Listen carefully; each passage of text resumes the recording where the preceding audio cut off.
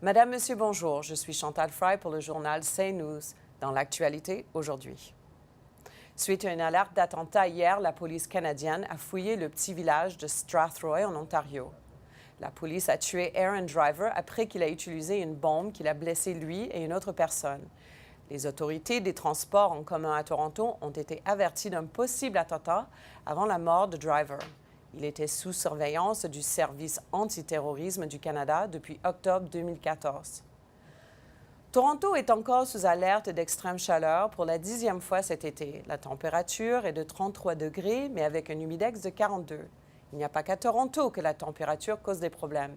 Hier sur Marseille, le vent Mistral a empiré un incendie qui a fait d'énormes dégâts dans la région phocéenne.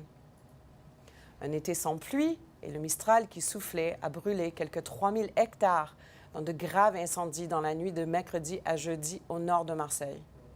1800 pompiers de Marseille ont été à pied d'œuvre toute la nuit pour empêcher les flammes de ravager la deuxième ville de France.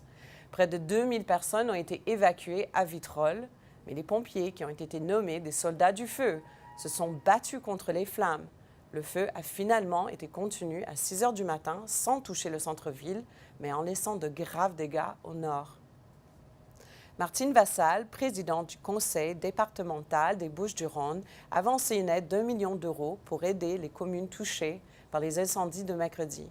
Aujourd'hui, lors d'une conférence de presse à Marseille, elle a dit « Nos populations sont choquées. Notre patrimoine naturel est dévasté. Ma priorité, c'est de mobiliser les moyens nécessaires pour faire face à cette catastrophe. » Je suis Chantal Fry pour CNews. Bonne soirée.